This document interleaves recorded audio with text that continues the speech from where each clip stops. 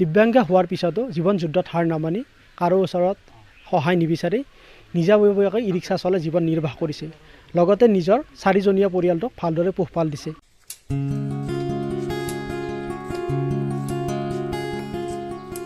কোভিডে সলনি কৰিলে ৰঙিয়াৰ এগৰাকী দিব্যাংগ ব্যক্তিৰ জীৱন।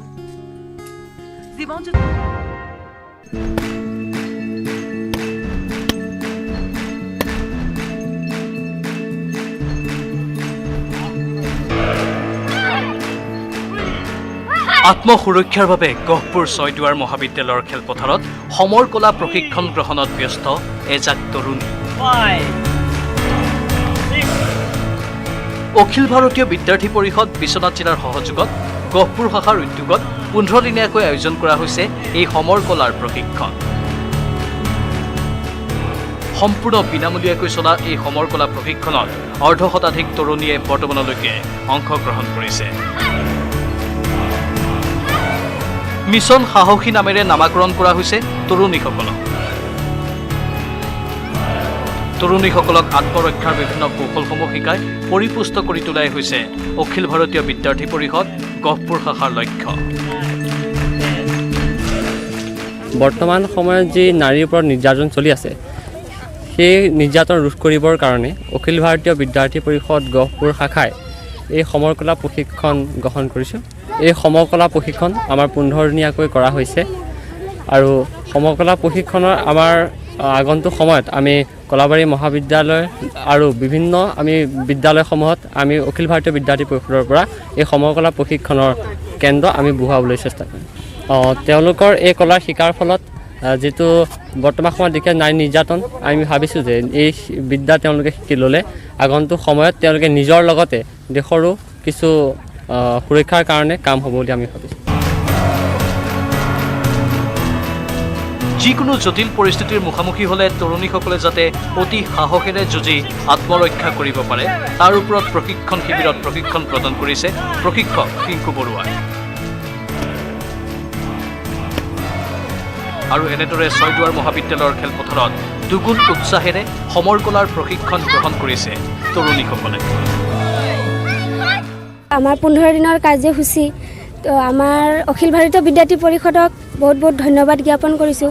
বিশেষকৈ ছোৱালীবিলাকৰ বাবে ইমান ধুনীয়া এটা পদক্ষেপ হাতত লৈছে। ছোৱালীসকলক মানে সেইটো কাৰণে প্ৰশিক্ষণ দিয়া হৈছে অখিল ভাৰতীয় বিদ্যাৰ্থী তৰফৰ পৰা মিছন সাহসী বুলি।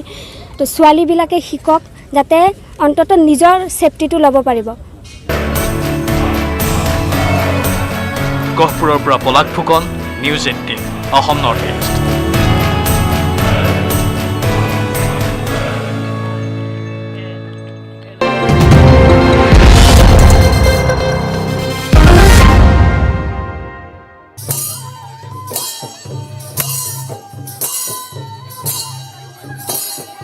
মঙলদৈ বিধানসভা সমষ্টিৰ অন্তৰ্গত নিজ মোগাল বেচা গাঁৱত কিৰণ ফাউণ্ডেশ্যনৰ উদ্যোগত স্থাপিত শিপিনী উইভিং কেন্দ্ৰত মুকলি কৰে বিটিচিৰ মুখ্য কাৰ্যবাহী সদস্য প্ৰমোদ বড়োৱে। নিজ মোগল বেচা গাঁৱৰ উদ্যমী মহিলা কিৰণ বড়োৱে স্থাপন কৰা কিৰণ ফাউণ্ডেশ্যনৰ উদ্যোগত 10খন তাঁতশালেৰে আৰম্ভ কৰা এটি শিপিনী গৃহৰ মুকলি কৰি বিটিচিৰ মুখ্য কাৰ্যবাহী সদস্য প্ৰমোদ বড়োৱে কয়, বৰ্তমান সময়ত সমগ্ৰ দেশতে মহিলা সবলীকৰণৰ বিষয়টো বিশেষভাৱে চৰ্চিত হৈছে। তেনে মুদৈবৰী পৰিষদীয় সমষ্টিৰ অন্তৰ্গত মোগল বেচাৰ উদ্যোগী মহিলা কিৰণ বড়োৱে স্থাপন কৰা এই কিৰণ ফাউণ্ডেশ্যনৰ শিপিনীৰ জৰিয়তে মহিলা সবলীকৰণ কৰাৰ প্ৰচেষ্টা কৰা হৈছে, যিটো অতি গুৰুত্বপূৰ্ণ বিষয়। পৰিয়ালৰ অৰ্থনীতিৰ সমস্যাৰ কাৰণে মহিলাসকল যথেষ্ট জুৰুলা হ'বলগীয়া হয়। তেনে সময়তে কিৰণ বড়োৰ প্ৰচেষ্টাই গুৰুত্বপূৰ্ণ ভূমিকা পালন কৰিছে। বিশেষকৈ বড়োলেণ্ড চৰকাৰে এইবাৰ অৰ্থনীতি আৰু শিক্ষা বিষয়ক বেছিকৈ গুৰুত্ব দিছে, যিটো আমি বিচাৰিছিলো সেইটো কিৰণ বড়োৱে কৰি দেখুৱাইছে বুলি উল্লেখ কৰিলে প্ৰমোদ বড়োৱে। বৰ্তমানৰ সময়ত মহিলা সবলীকৰণৰ কথাটো গোটেই বিশ্বত চৰ্চা হৈছে আৰু পৰিয়ালৰ অৰ্থনৈতিক জুৰুলাৰ কাৰণে আমাৰ মহিলাসকলে অধিক কষ্ট পাব লগা হয় আৰু এই এনেকুৱা সময়ত কিৰণ বাইদেউৰ নেতৃত্বত যিটো উইভিং চেণ্টাৰ ইয়াত আৰম্ভ কৰিছে এইটো আমি ধন্যবাদ জনাইছোঁ। আমি বড়োলেণ্ড চৰকাৰে বিশেষকৈ এইবাৰ শিক্ষা আৰু অৰ্থনীতি এই দুটা বিষয়টো বেছিকৈ আমি ফ'কাছ কৰি আছোঁ আৰু সেইকাৰণে এই এখনেই নহয়, ইয়াৰ ওচৰে পাঁজৰে বহুকেইখন উইভিং চেণ্টাৰ আৰম্ভ কৰাৰ আঁচনি তেখেতে লৈছে আৰু ইয়াৰ দ্বাৰা আমাৰ মহিলাসকলে অকল এমপ্লয়মেণ্ট পাব এইটো নহয়, সংস্থাপন পাব, অৰ্থনীতিভাৱেও আগবাঢ়ি যাব পাৰিব। গতিকে আমি বড়োলেণ্ড চৰকাৰৰ পৰা পূৰ্ণ সমৰ্থন জনাই যাম এই আঁচনিটো। কোনো ধৰণৰ চৰকাৰী সাহায্য নোলোৱাকৈ নিজ মোগলবেচা গাঁৱৰ উদ্যমী মহিলা কিৰণ বড়োৱে আৰম্ভ কৰিছে এই শিপিনী গৃহ, য'ত প্ৰথম পৰ্যায়ত 10 গৰাকী মহিলাই কাপোৰ বব পাৰিব। ইয়াৰ লগতে গাঁৱৰ মহিলাসকলক সম্পূৰ্ণ প্ৰশিক্ষণ প্ৰদান কৰি কিৰণ ফাউণ্ডেশ্যনৰ ফালৰ পৰা ঘৰে ঘৰে তাঁতশালৰো যোগান ধৰিব বুলি ইতিমধ্যে উল্লেখ কৰিছে কিৰণ বড়োৱে। এই কাপোৰসমূহ বিক্ৰী কৰাৰ ক্ষেত্ৰত প্ৰথমে স্থানীয় বজাৰত বিক্ৰী কৰাৰ ব্যৱস্থা কৰা হ'ব। লগতে মহিলা সবলীকৰণ কৰিবলৈ হ'লে প্ৰথমে গাঁৱৰ মহিলাসকলক সবলীকৰণ কৰিব লাগিব, যাৰ কাৰণে কিৰণ বড়োৱে মহিলাসকলক লগত লৈ আৰম্ভ কৰিছে এই প্ৰচেষ্টা বুলি উল্লেখ কৰিছে কিৰণ বড়োৱে। প্ৰথমতে মই আমাৰ মোগলবেচা গাঁওখনতেই মই এটা উইভিং চেণ্টাৰ আৰম্ভ কৰোঁ। আমাৰ NGOৰ ফালৰ পৰাই এইটো টকা পইচা হেৰি কৰা হৈছে, কোনো ধৰণৰ চৰকাৰী সাহায্য নহয়। যোৱা 10 দিন ধৰি তেওঁলোকক প্ৰশিক্ষণ দিয়া হৈছে, অকল বোৱা কটা বুলিয়ে নহয়, তাহাঁতক মই ফটা কাপোৰেৰে কেনেকৈ পাপোচ কাৰ্পেট বনাব পাৰে সেইটোৰো মই ট্ৰেইনিং দিছোঁ। অৰ্থনৈতিকভাৱে নিজে স্বাৱলম্বী হ'ব পাৰে সেইটো উদ্দেশ্য মই আগত ৰাখিছোঁ। মেল মিটিংবিলাকত চব ফেঞ্চি মাৰ্কেটৰ আমাৰ বাহিৰৰ পৰা অহা, বাংলাদেশৰ পৰা অহা কাপোৰবিলাক বোৱা দেখা যায়। গতিকে আমাৰ লোকেল যিখিনি আমি ভাবিছোঁ মেল মিটিঙে যদি আমি দিব পাৰোঁ তেতিয়াহ'লে তেওঁলোকৰ এটা উৎসাহিত হ'ব, মাৰ্কেটখন পাই যাব। মহিলা সবলীকৰণ কৰিবৰ কাৰণে হ'লে মই যিহেতু US-ৰ এম্বেচাডৰো আছিলোঁ, আমেৰিকাৰ ব্ৰেণ্ড এম্বেচাডৰ আছিলোঁ, মই গাঁৱৰ গ্ৰাম্য মহিলাখিনিৰ কাৰণে কাম কৰিবলৈ হ'লে মই লোকেলিয়েই মাৰ্কেটখন ল'ব লাগিব। যিহেতু মই ইণ্ডিয়ান ওমেন চেম্বাৰ্ছ অফ কমাৰ্চৰো মই এগৰাকী এক্সিকিউটিভ মেম্বাৰ হয়। মঙলদৈৰ পৰা Nabajyoti Mahanta report, news 18 Assam north.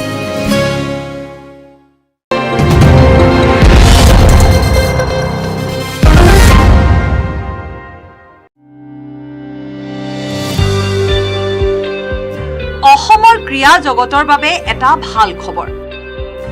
ভাৰোত্তোলন প্ৰতিযোগিতাত ৰাষ্ট্ৰীয় পৰ্যায়ত উজলিল মৰিয়নিৰ এগৰাকী যুৱতী। মৰিয়নিৰ মৃদুস্মিতা বৰুৱাই যোৱা আগষ্ট মাহত পঞ্জাৱৰ পাটিয়ালাত অনুষ্ঠিত হৈ যোৱা 57th men and 4th women interstate senior national weight lifting championship 2020-2021ত 87 কেজি শাখাত খেলি ৰূপৰ পদক লাভ কৰি অসম তথা মৰিয়নিলৈ গৌৰৱ কঢ়িয়াই আনিবলৈ সক্ষম হৈছে। মৰিয়নিৰ নকছাৰী চুঙি লাহিং গাঁৱৰ ঘনশ্যাম বৰুৱা আৰু কবিতা বৰুৱাৰ জ্যেষ্ঠ কন্যা মৃদুস্মিতা বৰুৱাই 2014 চনৰ পৰা ভাৰোত্তোলন খেলৰ লগত জড়িত হৈ পৰিছিল। ইতিমধ্যে মৃদুস্মিতাই ইয়াৰ পূৰ্বেও দেশৰ বিভিন্ন প্ৰান্তত আয়োজিত ৰাষ্ট্ৰীয় পৰ্যায়ৰ প্ৰতিযোগিতাত অসমক প্ৰতিনিধিত্ব কৰি সোণ, ৰূপ আৰু ব্ৰঞ্জৰ পদক লাভ কৰি অসমলৈ সুনাম কঢ়িয়াই আনিবলৈ সক্ষম হৈছে। মৃদুস্মিতা আৰ্থিক অনাটনৰ বাবে ৰাষ্ট্ৰীয় ভাৰোত্তোলন প্ৰতিযোগিতাখনৰ পূৰ্বে উন্নত প্ৰশিক্ষণৰ পৰিৱৰ্তে নিজা প্ৰচেষ্টাৰে সীমিত সা সুবিধাৰে ঘৰতে অনুশীলন কৰি ৰূপৰ পদক বুটলিবলৈ সক্ষম হয়। উল্লেখযোগ্য যে আৰ্থিক অনাটনৰ বাবে এটা সময়ত মৃদুস্মিতাই শিৱসাগৰৰ এখন দোকানত ছেলছ গাৰ্ল ৰূপে কাম কৰি প্ৰশিক্ষণ তথা ব্যায়ামগাৰৰ খৰচ উলিয়াইছিল। মই বৰ্তমান ঘৰতে প্ৰেক্টিছ কৰি আছিলোঁ। তাৰ আগত আপোনাৰ শিৱসাগৰত থাকি প্ৰেক্টিছ কৰিছিলোঁ আৰু তাৰ মাজতে মই ৰূপৰ পদক অৰ্জন কৰিবলৈ সক্ষম হ'লোঁ। পাটিয়ালা NIS-ত হৈছিলে আপোনাৰ কি কয় senior national weight lifting championship. মই যেতিয়া শিৱসাগৰত থাকি প্ৰেক্টিছ কৰি আছিলোঁ তেতিয়া আপোনাৰ এখন দোকানৰ ছেলছ গাৰ্ল হিচাপে কাম কৰিছিলোঁ। অলপ দিন তাত কৰাৰ পিছত আপোনাৰ এখন চুইমিং পুল আছে শিৱসাগৰ, যিটো ৰংপুৰ চুইমিং পুল, তাত মই কোচ হিচাপে কাম কৰিছিলোঁ। এনেদৰে নিজৰ অনুশীলনৰ বস্তুখিনি উলিয়াই প্ৰেক্টিছ কৰিছিলোঁ। ঘৰত অনুশীলন কৰিছোঁ। মই এটা ছেট আনি লৈছিলোঁ নিজাববীয়াকৈ, নিজা প্ৰচেষ্টাৰে। আপোনাৰ 50,000 টকা এটা সাহাৰ্য পাইছিলোঁ আমি। তাৰে 19,000হে পাবলৈ সক্ষম হ'লোঁ। সেই পইচাটো মিলাই আৰু তাৰ লগতে মই অলপ ধাৰো কৰিলোঁ। তেনেধৰণে মই সেই ছেটটো ল'বলৈ সক্ষম হ'লোঁ আৰু লৈ আজি ঘৰতে অনুশীলন আৰম্ভ কৰোঁ। মই এতিয়া ক'ব বিচাৰোঁ যে প্ৰত্যাহ্বান নেওচি নিজৰ নাম উজ্বলাব পাৰিছোঁ। যিহেতু ৰাষ্ট্ৰীয় পৰ্যায়ৰ তাত আমাৰ দৰে খেতিয়কৰ ঘৰৰ ছোৱালীয়ে ইমানখিনি সুবিধা অবিহনেও আজি মই নিজৰ নামটো তাতে মৰিয়নি নগৰচাৰিবাসী ৰাইজৰ আশীৰ্বাদত ইমানখিনি কৰিবলৈ সক্ষম হৈছোঁ।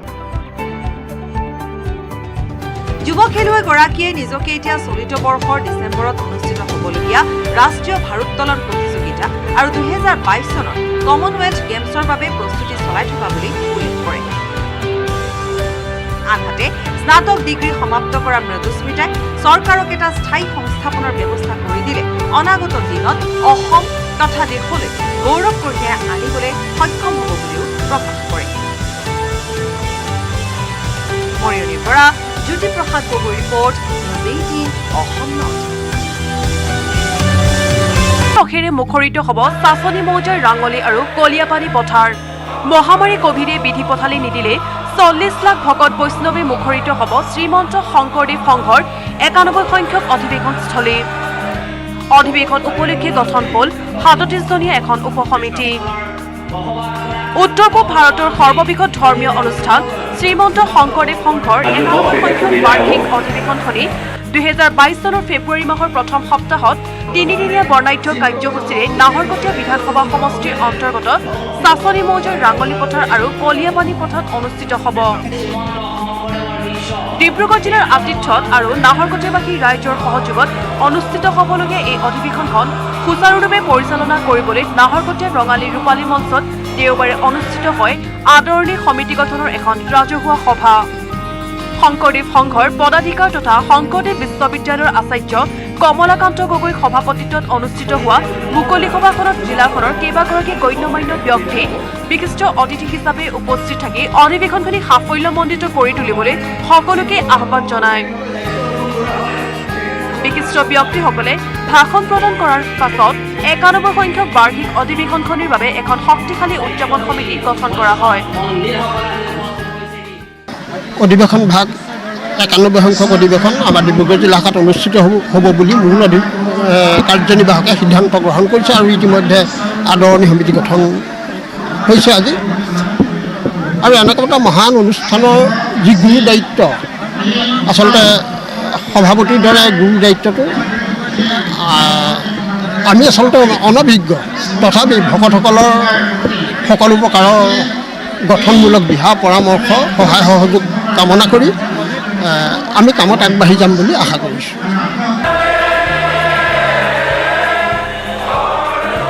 91 সংখ্যক বাৰ্ষিক অধিৱেশনৰ উদযাপন সমিতিখনৰ বাবে সংঘৰ ডিব্ৰুগড় জিলাৰ প্ৰাক্তন সভাপতি জয়ন্তনাথক সভাপতি, নাহৰকটীয়া বিধানসভা সমষ্টিৰ বিধায়ক তৰংগ গগৈ কাৰ্যকৰী সভাপতি আৰু হৰিপ্ৰসাদ গগৈক সাধাৰণ সম্পাদক হিচাপে লৈ এখন শক্তিশালী সমিতি আৰু 37খন উপসমিতি গঠন কৰা হয়। ইফালে দায়িত্ব অৰ্পণ কৰাৰ পিছতে উদযাপন সমিতিখনক শপত বাক্য পাঠ কৰোৱাই পদাধিকাৰ কমলাকান্ত গগৈয়ে। তিনিদিনীয়াকৈ অনুষ্ঠিত হ'বলগীয়া এই বাৰ্ষিক অধিৱেশনখনিক জাতি ধৰ্ম বৰ্ণ নিৰ্বিশেষে সকলোৱে স্বতঃস্ফূৰ্তভাৱে অংশগ্ৰহণ কৰি সাফল্যমণ্ডিত কৰি তুলিবলৈ আহ্বান জনায় সংঘৰ সদস্যসকলৰ লগতে উদযাপন সমিতিয়ে। চলিত বৰ্ষত অনুষ্ঠিত হ'বলগীয়া অধিৱেশনখনি মহামাৰী কৰোণাৰ বাবে অনুষ্ঠিত কৰিব নোৱাৰাত এইবাৰো যাতে মহামাৰী কৰোণাই অধিৱেশনখনি অনুষ্ঠিত কৰাত যাতে বিধি পথালি নিদিয়ে তাৰ বাবে ভগৱানৰ ওচৰত প্ৰাৰ্থনা জনাই উপস্থিত ভকত বৈষ্ণৱসকলে। অহা 2022 চনৰ ফেব্ৰুৱাৰী মাহত কোভিড পৰিস্থিতি যদি নাথাকে তেতিয়াহে এই আমাৰ অনুষ্ঠানভাগি অনুষ্ঠিত হ'ব আৰু আমি ঈশ্বৰৰ ওচৰতো প্ৰাৰ্থনা জনাইছোঁ যাতে এনেকুৱা ধৰণৰ পৰিৱেশ পৰিস্থিতি নাহে, কাৰণ আমি বহুদিন ভকতৰ মুখ দেখিবলৈ আমি পোৱা নাই। আজি যেনেকৈ আপোনাসৱ সকলোটিকে দেখি আমাৰ মনত আনন্দ লাগিছে আৰু অনাগত ভৱিষ্যততো দল সংগঠন জাতি ভেদে একত্ৰিত হৈ এইখিনিত আমি আগবাঢ়ি যাম বুলি আমি আপোনাসৱৰ আগত প্ৰতিশ্ৰুতিবদ্ধ। নাহৰকটীয়াৰ পৰা Utpal Chaliha, news 18 Assam North east.